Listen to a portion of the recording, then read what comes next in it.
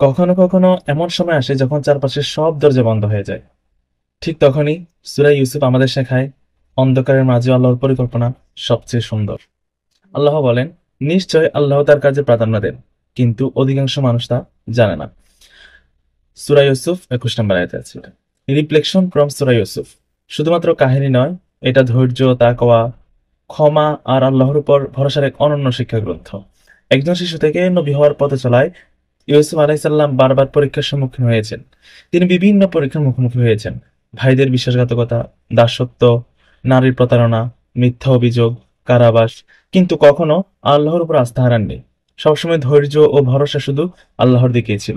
প্রতিটি অধ্যায়ে লেখক আমাদের বর্তমান জীবনের সাথে কোরআনে বর্ণিত এক ঘটনার সংযোগ তুলে ধরেছেন।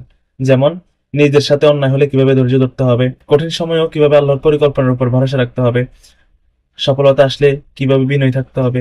এই বইটি এমনভাবে সূরা ইউসুফকে ব্যাখ্যা করেছে যে হৃদয় ছুঁয়ে যায়। যদি এমন হয় জীবনের অন্ধকারে আলো প্রয়োজন, ধৈর্যের প্রয়োজন, আর আল্লাহর উপর ভরসা বাড়াতে চান, তাহলে বইটি আপনার জন্য। রিফ্লেকশন ফ্রম সূরা ইউসুফ বইটি পড়তে পারেন। এই বইটি ধৈর্যের এক অনন্য শিক্ষা। বইটি পড়লে আপনি অনেক কিছু জানতে পারবেন। এজন্য আমি আপনাকে রিকমেন্ড করছি বইটি পড়েন। আর বইটি লিখেছেন ডক্টর মিজানুর রহমান আজহারি।